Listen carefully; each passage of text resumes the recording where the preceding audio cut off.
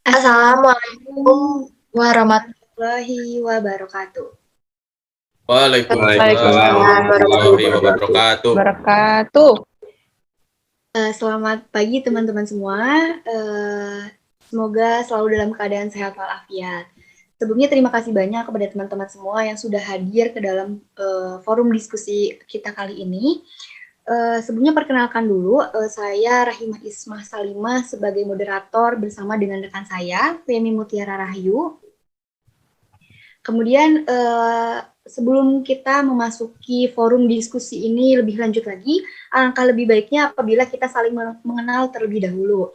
Di sebelah kiri saya, yang paling kiri itu ada Rafif Sultan Al-Farizi. Kemudian di sebelah Rafif ada Sylvia Munarti. Kemudian di sebelah Femi ada Arfisa Magdarenta. Kemudian di sebelah Arfi ada Henda Anugrah. Halo teman-teman.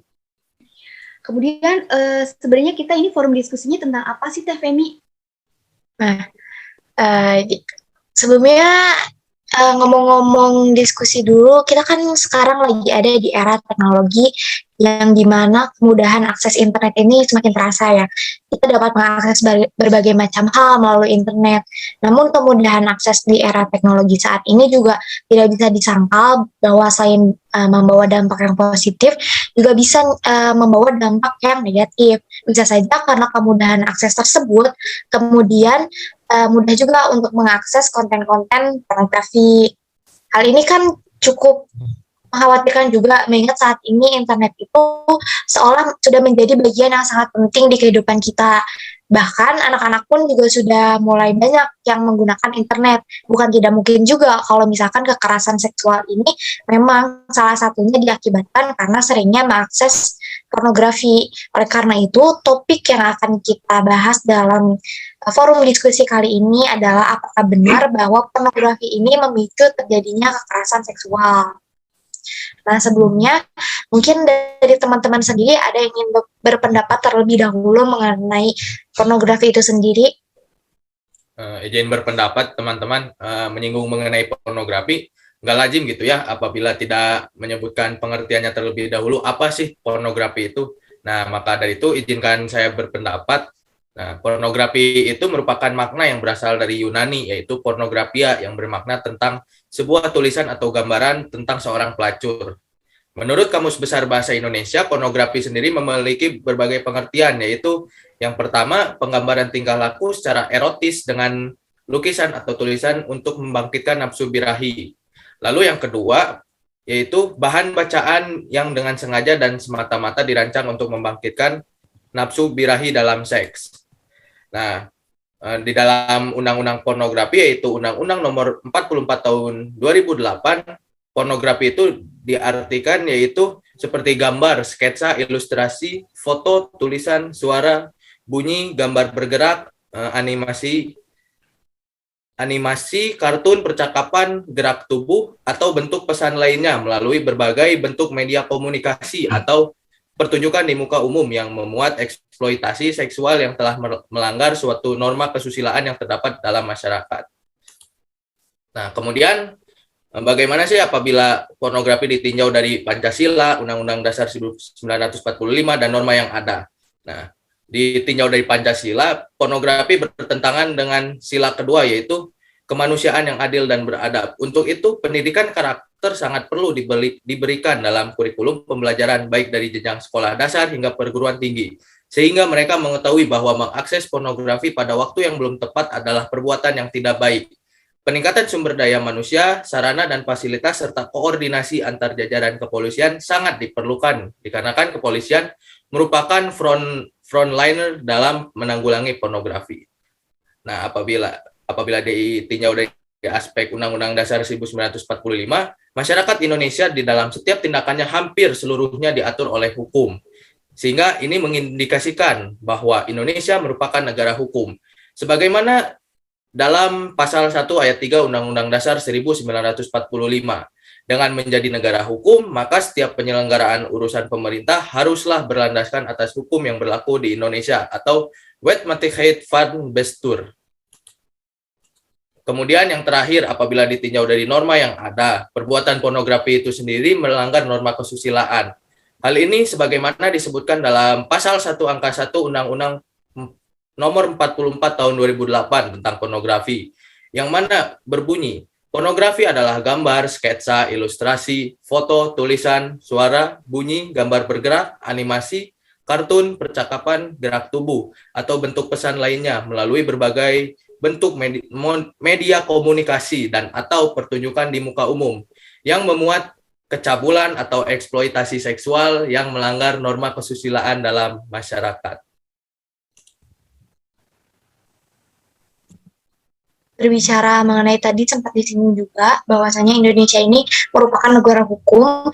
Jadi hukum itu kan tentunya dijadikan sebagai dasar hukum terkait segala macam tindakan maupun perbuatan. Nah, karena itu berkaitan dengan pornografi ini ada juga regulasinya, yakni di dalam Undang-Undang Nomor 4 tahun 2008 tentang pornografi, di mana tujuan pembentukan undang-undang itu sendiri terdapat dalam pasal 3, yakni untuk memberikan kepastian hukum dan perlindungan bagi warga negara dari pornografi, terutama bagi perempuan dan anak. Nah, dapat dilihat juga dari pasal 4 ayat 1 Undang-Undang Nomor 4 tahun 2008 itu ada larangan pornografi. Nah, kemudian kan karena kemudahan akses teknologi tersebut juga memungkinkan bahwasanya anak ini juga mengakses konten pornografi. Terkait hal tersebut, ada pula regulasi yang mengatur mengenai pornografi anak, yakni di dalam Undang-Undang Perlindungan Anak. Dalam pasal 15 ini, bahwasanya memuat ketentuan setiap orang ini wajib untuk melindungi anak dari pengaruh pornografi dan mencegah akses anak terhadap informasi pornografi. Nah, adapun terkait anak yang menjadi korban dan pelaku pornografi ini, selain Undang-Undang Perlindungan Anak, ada juga diatur dalam Peraturan Menteri Pemberdayaan Perempuan dan Perlindungan Anak Republik Indonesia nomor 8 tahun 2020 tentang standar pelayanan bagi anak yang menjadi korban atau pelaku pornografi. Nah, berbicara mengenai anak, kita kan harus mengklasifikasikan dulu siapa sih yang bisa dikategorikan sebagai anak. Dalam Kitab Undang-Undang Hukum Pidana sendiri, yang dikategorikan sebagai anak adalah seseorang yang belum genap berusia 18 tahun. Nah, setelah menyinggung mengenai peraturan yang mengatur tentang pornografi anak ya yang begitu banyaknya. Nah, apakah terdapat data bahwa anak-anak pada zaman sekarang ini mengakses konten pornografi? Terlebih kan anak-anak itu belum mengerti apa-apa gitu. Yang lebih jelasnya itu masih polos. Apakah adakah datanya? Izin masuk untuk berpendapat ya. Bahwasanya mengenai data yang membuktikan bahwasanya anak di bawah umur itu sudah dapat mengakses atau mengkonsumsi konten pornografi, yaitu saya dapat datanya dari survei yang dilakukan oleh KPAI pada tahun 2020 di saat pandemi ini, mendapatkan data bahwa hampir 60% anak Indonesia sudah menggunakan media digital. Itu dikarenakan tuntutan oleh zaman yang mengharuskan mereka menggunakan media digital untuk perkembangan pembelajaran mereka. Dan 22% anak Indonesia tersebut sudah melihat tayangan pornografi gitu. Dan bukan dari situ aja, saya juga mengambil data yang dilakukan oleh Rahma Astuti, yang didapatkan data berjumlah 6.000 berasal dari 4 daerah dengan komposisi daerah Jakarta berjumlah 22,2%, sedangkan komposisi jenis kelamin laki-laki sebesar 44,6% dan jenis kelamin perempuan sebanyak 55,4%. Selanjutnya komposisi asal sekolah responden, yaitu dari sekolah negeri adalah 71,5% dan dari sekolah swasta 8,5%. Sebaran asal sekolah responden tampak hampir merata dengan presentasi yang hampir setara, sedangkan modus terjadi pada kelas 10 SMA. Lebih dari separuh responden, yaitu 58,9%, mengaku pertama kali mengakses pornografi pada usia 12-15 tahun. Sebagiannya lagi, yaitu 24,3%, mengaku pertama kali mengakses konten pornografi pada usia di bawah 12 tahun. Usia awal keterpaparan konten pornografi ini hampir sama dengan temuan penelitian yang dilakukan oleh Rumiani dan kawan-kawan, yaitu pada tahun 2013, bahwa lebih dari 90% remaja di kota Pekanbaru telah mengakses materi pornografi di media massa pada usia 15 tahun ke bawah. Itu beberapa bukti atau data yang membuktikan bahwasanya anak di bawah umur sekarang itu sudah mengkonsumsi atau mengakses konten pornografi, teman-teman. Sekian dari saya. Nah, betul banget yang disampaikan Ratib tadi. Dapat dilihat data anak yang mengakses konten pornografi cukup tinggi ya. Mengakses konten pornografi tersebut tentunya mempunyai akibat buruk seperti dapat merusak otak. Menurut Profesor Greenfield dari Oxford University mengatakan bahwa otak merupakan organ manusia yang dapat berubah. Dampak kecanduan pornografi ini sama seperti penggunaan obat-obatan terlarang yang dapat merusak otak dan pikiran, di mana saat seseorang melihat konten pornografi, struktur kerangka otak dapat berubah dengan penyusutan jaringan otak. Lambat laun, otak akan mengalami pengecilan ukuran dan kerusakan permanen pada bagian prefrontal cortex atau PFC. Ada juga beberapa dampak menonton pornografi, yaitu ada adiksi, stimulasi neurotransmitter atau dopamin dalam jumlah besar mengakibatkan penumpukan protein saklar molekuler yang disebut delta Fosby, salah satu bahan aktif yang menyebabkan kecanduan pada umumnya. Ada juga merusak daya ingat dan konsentrasi. Pornografi dapat menyebabkan seseorang tidak dapat merasakan kesenangan saat seks setelah pernikahan, juga disebut dengan desensitisasi. Ada mengurangi kontrol impuls dan kemauan. Video porno menyebabkan kita hilang kendali dalam mengontrol diri untuk berhenti, bahkan kesulitan untuk mengatakan tidak pada sesuatu yang tidak kita inginkan. Juga dampak dari menonton video porno itu bisa membuat kita mudah stres. Beberapa orang yang sudah kecanduan pornografi akan mengalami depresi meskipun orang tersebut hanya menghadapi permasalahan yang sepele. Dampaknya juga mengecilkan volume otak. Penelitian sebelumnya menunjukkan bahwa menonton video porno yang moderat sekalipun dapat menyusutkan gray matter di area yang terkait dengan fungsi kognitif yang terkait dengan kemampuan kita untuk fokus. Pengguna pornografi pun dapat terkena brain fog atau kabut otak, atau kesulitan berpikir jernih. Beberapa tandanya adalah mudah lupa dan mudah pecah konsentrasi. Berdasarkan hasil survei yang dilakukan Komisi Perlindungan Anak Indonesia (KPAI) terhadap 4.500 pelajar SMP dan SMA di 12 kota besar Indonesia, menunjukkan hasil yang cukup mencengangkan. Sebanyak 97% responden mengaku telah mengakses situs berkonten pornografi dan juga menonton video porno melalui internet. Nah, mungkin yang bisa saya kasih tahu tentang akibat buruk dari menonton pornografi. Nah, berbicara mengenai akibat buruk dari pornografi sendiri, kita kembali lagi ke topik awal. Apakah benar bahwa pornografi ini bisa memicu terjadinya kekerasan seksual? Benar banget loh, bisa. Pornografi itu bisa memicu terjadinya kekerasan seksual. Nah, berdasarkan sebuah penelitian di Universitas Melbourne, Australia, remaja yang sering menonton konten berbau porno bisa meniru apa yang dilihatnya. Dalam penelitian yang diterbitkan dalam jurnal JAMA Psikiatri pun menemukan adanya rangsangan seksual dari waktu ke waktu pada remaja yang menonton pornografi secara rutin. Pada akhirnya mereka bisa terdorong untuk melampiaskan hasrat seksualnya. Gitu, teman-teman. Jadi benar banget, pornografi itu bisa memicu kekerasan seksual. Apalagi anak-anak ya, dia kan kepo gitu ya. Ya. Izin berpendapat ya teman-teman. Berdasarkan tadi kan Arfi sudah menjelaskan ya bahwa menurut hasil survei yang dilakukan dari Universitas Melbourne itu remaja yang sering menonton konten pornografi itu ingin menirukan atau memiliki hasrat yang tinggi untuk menirukan apa yang dia lihat. Nah, pastinya dalam ketika dia menirukan hal yang dia lihat tentunya akan ada unsur-unsur melakukan kekerasan seksual nih teman-teman. Nah, kalau misalkan kita melihat dari pengertian kekerasan seksual menurut WHO ini, kekerasan seksual ini adalah suatu tindakan yang dilakukan dengan tujuan untuk memperoleh tindakan seksual atau tindakan lain yang diarahkan pada seksualitas seseorang dengan menggunakan paksaan tanpa memandang status hubungannya dengan korban. Kemudian apabila kita melihat dari undang-undang tindak pidana kekerasan seksual ini adalah suatu perbuatan itu yang merendahkan, menghina, menyerang, dan atau perbuatan lainnya terhadap tubuh, hasrat seksual seseorang, dan atau fungsi reproduksi secara paksa, bertentangan bertentangan dengan kehendak seseorang yang menyebabkan seseorang itu tidak mampu memberikan persetujuan dalam keadaan bebas karena ketimpangan relasi kuasa dan atau relasi gender yang berakibat atau dapat berakibat penderitaan atau kesengsaraan secara fisik, psikis, seksual, kerugian secara ekonomi, sosial, budaya, dan atau politik.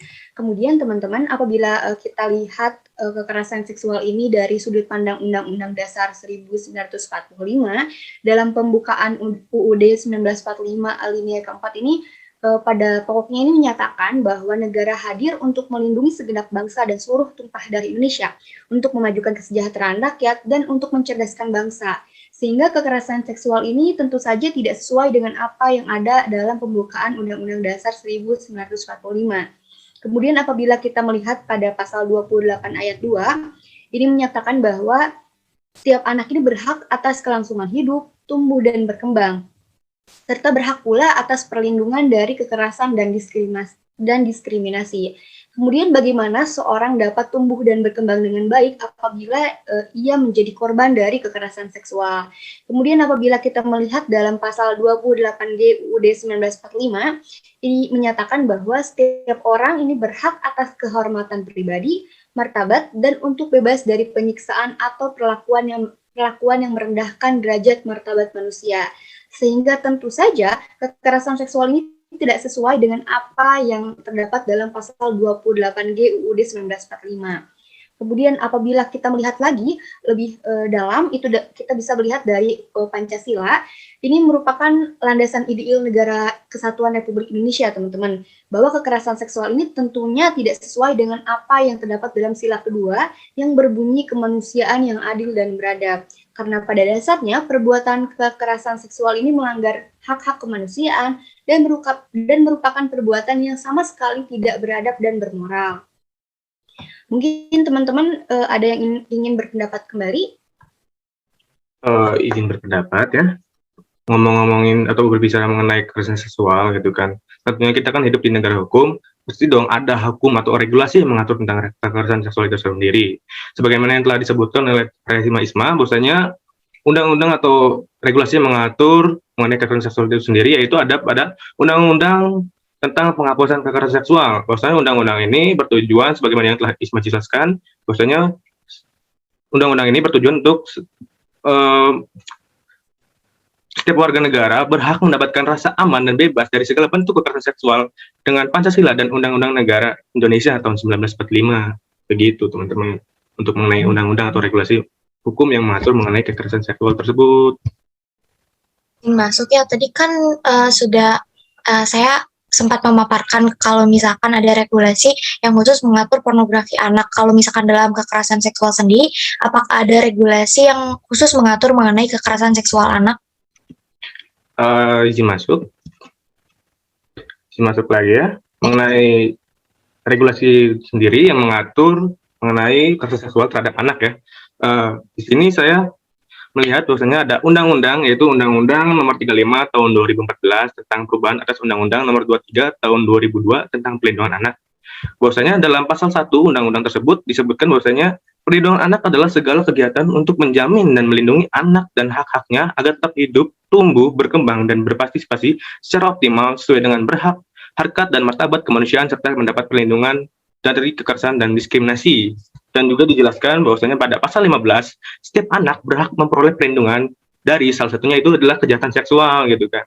Dan juga disebutkan pada pasal 9 bahwasanya setiap anak berhak mendapatkan perlindungan di satuan pendidikan dari kejahatan seksual dan kekerasan yang dilakukan oleh pendidik, tenaga pendidikan, sesama peserta didik, yaitu peserta di bawah umur juga, dan juga atau pihak lain gitu kan. Dan pasal 54 juga disebutkan bahwasanya untuk mengatur bahwasanya melindungi hak-hak atau anak yang dari kekerasan seksual di lingkungan pendidikan. Lalu juga disebutkan pada pasal 761 bahwasanya setiap orang dilarang menempatkan atau membiarkan melakukan, menyuruh melakukan, atau turut serta melakukan eksploitasi secara ekonomi dan atau seksual terhadap anak. Jadi kita juga tidak boleh membiarkan gitu, bahwasanya ada anak itu anak kecil atau anak di bawah umur telah dilakukan kekerasan seksual gitu untuk pengaturan atau regulasi hukum yang mengatur tentang kekerasan seksual terhadap anak. Gitu teman-teman. Betul-betul banget. Setelah tadi dijelaskan oleh Rafif dan rekan-rekan kita yang lain, bahwa kita juga bisa mengetahui nih bahwa ternyata pelaku kekerasan seksual ini bukan hanya dilakukan oleh orang dewasa saja, namun juga bisa dilakukan oleh anak di bawah umur sebagai pelaku kekerasan seksual. Kemudian sebenarnya ini ada nggak sih faktor penyebab kekerasan seksual ini dapat terjadi? Barangkali teman-teman ada yang ingin berpendapat? Izin masuk ya. Tentunya pasti ada faktor-faktor yang terjadi, faktor yang menyebabkan terjadinya tindakan kekerasan seksual, bisa dari faktor kelalaian orang tua, atau faktor rendahnya moralitas dan mentalitas pelaku, atau bisa juga dari faktor ekonomi. Nah, menurut Hari 1980 dalam Wickman dan West 2002, jika dilihat dari sudut pandang pelaku kekerasan seksual, dapat dilihat bahwa terdapat dua bagian dari faktor penyebab terjadinya kekerasan seksual pada anak, yaitu faktor internal dan faktor eksternal. Nah, yang pertama ada faktor internal. Faktor penyebab ini merupakan faktor yang terdapat dalam diri individu. Faktor ini khusus dapat dilihat dari diri individu dan hubungannya dengan kejahatan seksual. Nah, faktor ini terdapat faktor biologis, faktor moral, dan faktor kejiwaan. Dari faktor biologi sendiri, manusia pada dasarnya memiliki berbagai macam kebutuhan yang harus dipenuhi. Kebutuhan tersebut meliputi kebutuhan akan makanan, seksual, dan juga proteksi. Masing-masing kebutuhan tersebut menuntut pemenuhan salah satunya kebutuhan seksual. Lalu yang kedua ada faktor moral. Faktor ini merupakan faktor penting untuk menentukan timbulnya kejahatan karena merupakan filter terhadap munculnya perilaku yang menyimpang. Lalu yang ketiga ada faktor kejiwaan. Kondisi kejiwaan dari seseorang yang tidak normal dapat mendorong seseorang individu melakukan kejahatan. Contohnya bisa melakukan kejahatan seksual seperti tadi. Lalu ada dari faktor eksternal. Faktor penyebab eksternal merupakan faktor yang terdapat dari luar sisi pelaku. Nah, dari faktor eksternal ini bisa dari faktor media massa atau dari faktor ekonomi dan bisa juga dari faktor sosial budaya. Kalau dari faktor media massa sendiri, itu media massa merupakan sarana informasi dalam kehidupan seksual. Banyaknya informasi yang dikabarkan oleh media massa, banyak yang diwarnai dramatisasi, umumnya digambarkan tentang kepuasan pelaku terhadap kekerasan seksual itu sendiri. Hal ini pun dapat merangsang para pembaca yang bermental jahat memperoleh ide untuk melakukan kejahatan seksual. Bisa juga dilakukan oleh anak karena kan rata-rata anaknya yang masih polos, masih pada kepo gitu kan ya. Kayak dia tuh pengen kayak kepo gitu, pengen ngelakuin gitu yang terjadi di berita tersebut. Lalu ada dari faktor ekonomi. Faktor ekonomi yang sulit dapat mempengaruhi seseorang memperoleh pendidikan yang rendah. Secara umum, seseorang yang berpendidikan rendah cenderung mendapatkan pekerjaan yang tidak layak, dan dengan keadaan perekonomian yang semakin lama mempengaruhi pokok-pokok kehidupan masyarakat, dapat menimbulkan peningkatan kriminalitas termasuk kasus kejahatan seksual. Lalu yang terakhir bisa dari faktor sosial budaya. Meningkatnya kasus kejahatan asusila atau pemerkosaan terkait dengan aspek sosial budaya. Akibat dari modernisasi, berkembanglah budaya yang semakin terbuka dan pergaulan yang semakin bebas. Begitu teman-teman dari faktor-faktor terjadinya kekerasan seksual.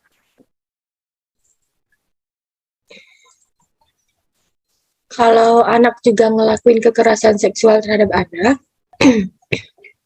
hal ini sebagaimana data dari Polrestabes Surabaya selama kurun waktu tahun 2020, lalu ada 4 kasus kekerasan seksual yang dilakukan oleh anak. Dan yang menjadi korban adalah anak pula, yang mana awal mulai terjadinya kekerasan seksual tersebut diawali melalui media internet. Ada yang diawali dari pertemuan menggunakan media sosial, dan kemudian dilanjutkan pertemuan di dunia nyata dan berakhir terjadinya peristiwa pencabulan. Adanya sepasang kekasih yang karena sering menonton tayangan pornografi di internet, kemudian ingin mencoba mempraktikannya pada pasangannya, sehingga terjadi persetubuhan dan kemudian terjadi kehamilan. Izin masuk lagi teman-teman, setelah tadi menyinggung mengenai faktor dan data apabila anak yang menjadi pelaku kekerasan seksual, di sini izinkan saya untuk berpendapat mengenai dasar hukumnya. Untuk dasar hukumnya sendiri apabila anak yang menjadi pelakunya, kita dapat menggunakan Undang-Undang Nomor 11 Tahun 2012 tentang Sistem Peradilan Pidana Anak. Di mana menurut Undang-Undang Nomor 11 Tahun 2012 tentang Sistem Peradilan Anak, seorang pelaku tindak pidana anak dapat dikenakan dua jenis sanksi, yaitu satu, sanksi tindakan bagi pelaku tindak pidana yang berumur 14 tahun meliputi pengembalian kepada orang tua atau wali, penyerahan kepada seseorang, perawatan di rumah sakit jiwa, perawatan di LPKS atau Lembaga Penyelenggaraan Kesejahteraan Sosial, kewajiban mengikuti pendidikan formal atau pelatihan yang diadakan oleh pemerintah atau badan swasta, kemudian pencabutan surat izin mengemudi, dan yang terakhir perbaikan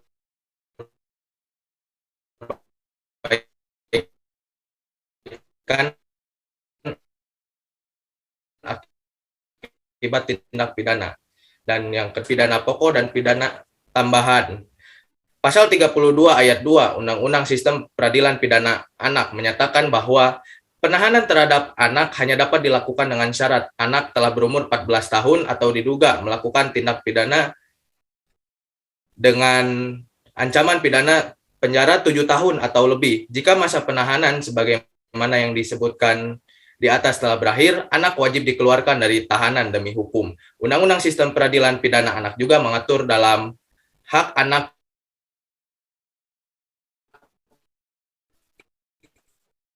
yang belum yang berumur 12 dan sosial profesional kembali kepada orang tua wali atau B mengikut sertakannya dalam program pendidikan, pembinaan dan pembimbingan di instansi pemerintah atau LPKS di instansi yang menangani bidang kesejahteraan sosial baik di tingkat pusat maupun daerah paling lama 6 bulan. Kurang lebih segitu pendapat dari saya. Berbicara tadi mengenai dasarnya, kan mungkin harus ada realisasinya. Kalau dalam realisasinya sendiri itu penyelesaian anak yang menjadi pelaku kekerasan seksual itu seperti apa ya teman-teman? Yang ingin berpendapat. Izin berpendapat ya teman-teman, sebenarnya pada umumnya ini bagi anak yang berkonflik dengan hukum, terutama anak sebagai pelaku tindak pidana pelecehan seksual, pada saat persidangan, maka identitas anak ini harus dirahasiakan.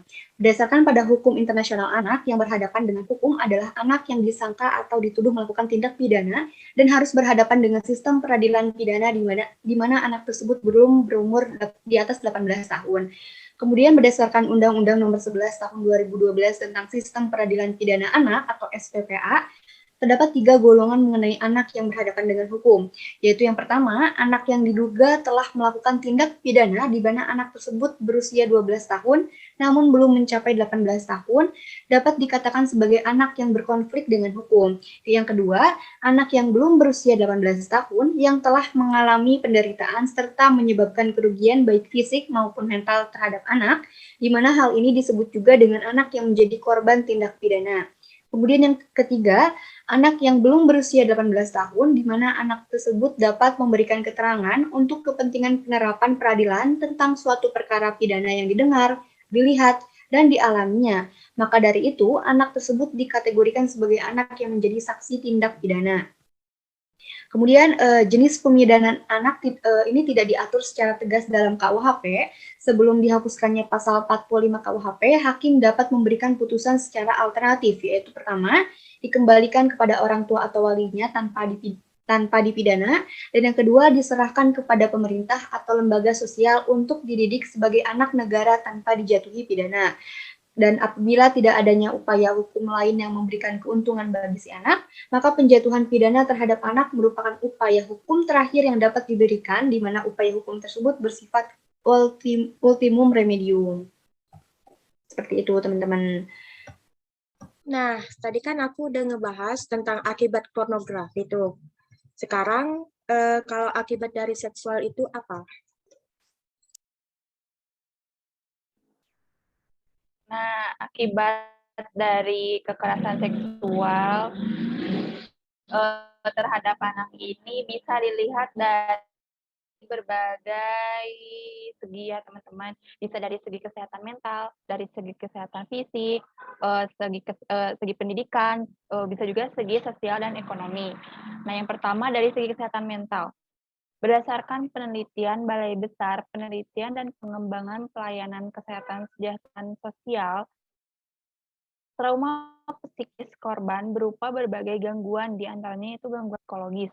Gangguan psikologis akibat dari kekerasan seksual atau trauma post-sexual abuse antara lain tidak mampu mempercayai orang lain, takut atau khawatir dalam hubungan seksual, depresi, ingin bunuh diri, perilaku merusak diri sendiri, harga diri rendah, merasa berdosa, marah, menyendiri, tidak mau bergaul dengan orang lain, dan makan tidak teratur. Lalu ada dampak dari kekerasan seksual dari segi kesehatan fisik.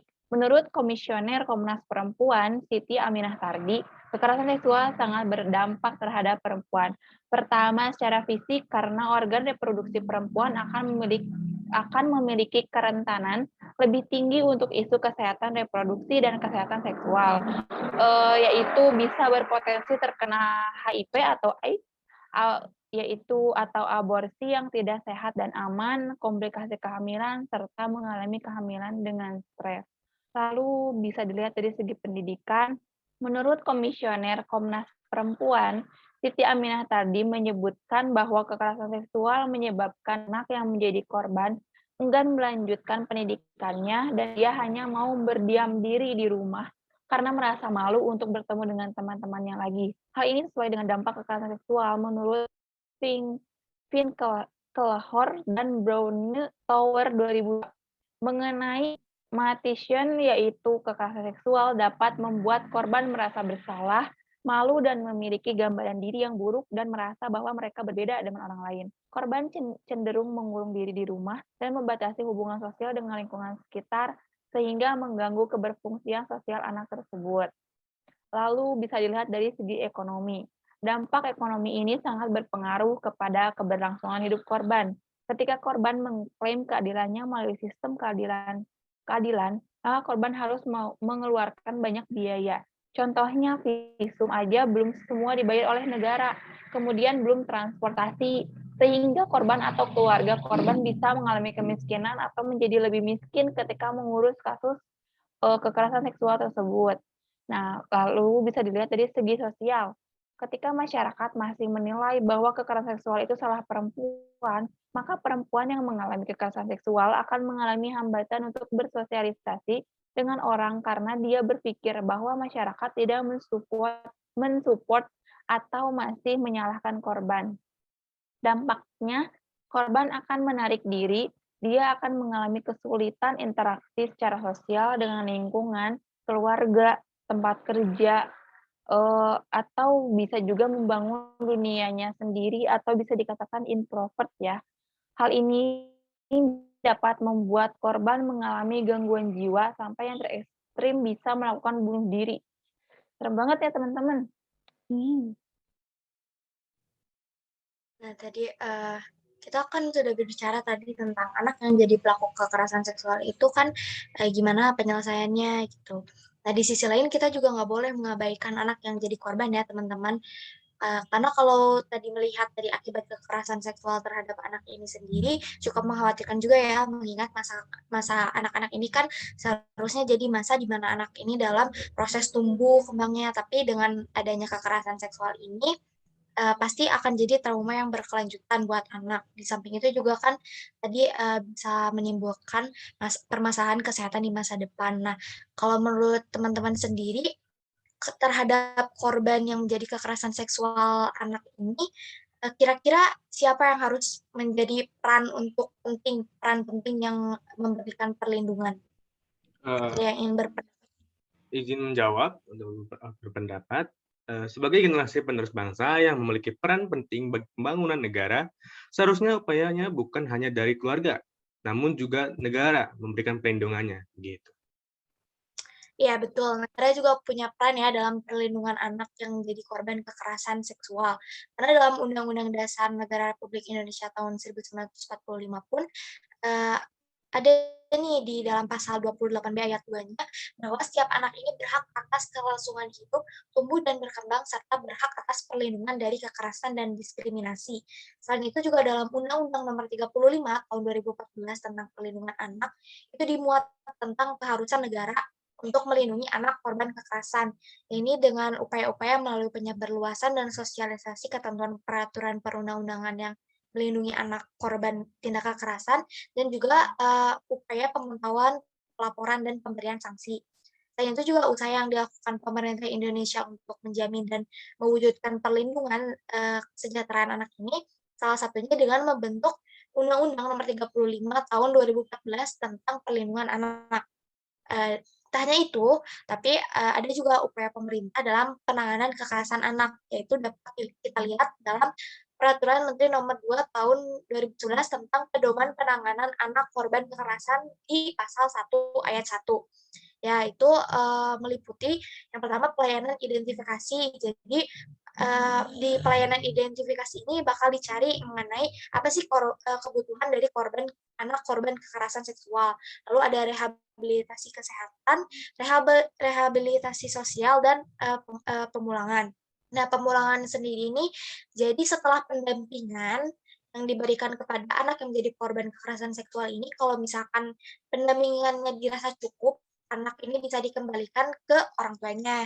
Dan itu nggak hanya sampai pemulangan, tapi anak juga mendapatkan bantuan hukum serta reintegrasi sosial. Mungkin teman-teman ada yang masih asing dengan reintegrasi sosial ini. Jadi reintegrasi sosial ini upaya untuk membangun kepercayaan diri korban agar dapat kembali dengan keluarga, masyarakat, dan dapat berinteraksi dengan baik. Nah, selain melalui pembentukan undang-undang juga upaya pemerintah dalam melindungi anak yang menjadi korban kekerasan seksual ini adalah melalui lembaga, yaitu dengan dibentuknya P2TP2A, yaitu Pusat Pelayanan Terpadu Pemberdayaan Perempuan dan Anak, yang di mana lembaga ini udah sebar ya teman-teman di seluruh Indonesia, baik di tingkat kabupaten kota, provinsi, maupun di wilayah-wilayah seperti kecamatan.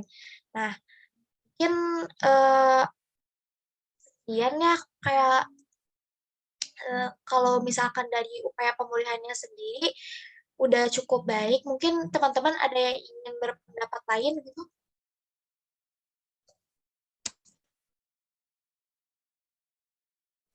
Mungkin kita tadi sudah membahas dari awal sampai akhir, sepertinya sudah cukup sih menurut saya, karena juga tadi apa yang Femi tanyakan di awal pun ternyata sudah terjawab sampai pada saat kini gitu. Nah, iya Dari baik. saya juga sudah cukup, teman-teman. Sangat menarik, sangat unik sekali penyampaiannya, mulai dari penyampaian materi yang disampaikan, sangat bagus sekali. Terima kasih untuk penyampaiannya dari saya gitu. Semoga ini bisa bermanfaat bagi kita semua, teman-teman. Ya, mungkin dari saya juga cukup, gitu kan. Bahwasanya dari diskusi yang kita lakukan sekarang ini, bahwasanya kita membuahkan hasil, bahwasanya dari topik yang kita bahas mengenai bahwasanya pornografi dapat menimbulkan atau memicu kekerasan seksual itu benar adanya gitu. Benar banget. Karena sudah terjawab ya teman-teman, terima kasih juga telah hadir dalam forum diskusi kali ini. Mungkin saya sebagai moderator dan teman saya juga, Rahima Isma, serta kami mengucapkan terima kasih sudah tergabung dalam forum diskusi ini. Sekian, wassalamualaikum warahmatullahi wabarakatuh. Waalaikumsalam. Waalaikumsalam warahmatullahi Stop, wabarakatuh. stop.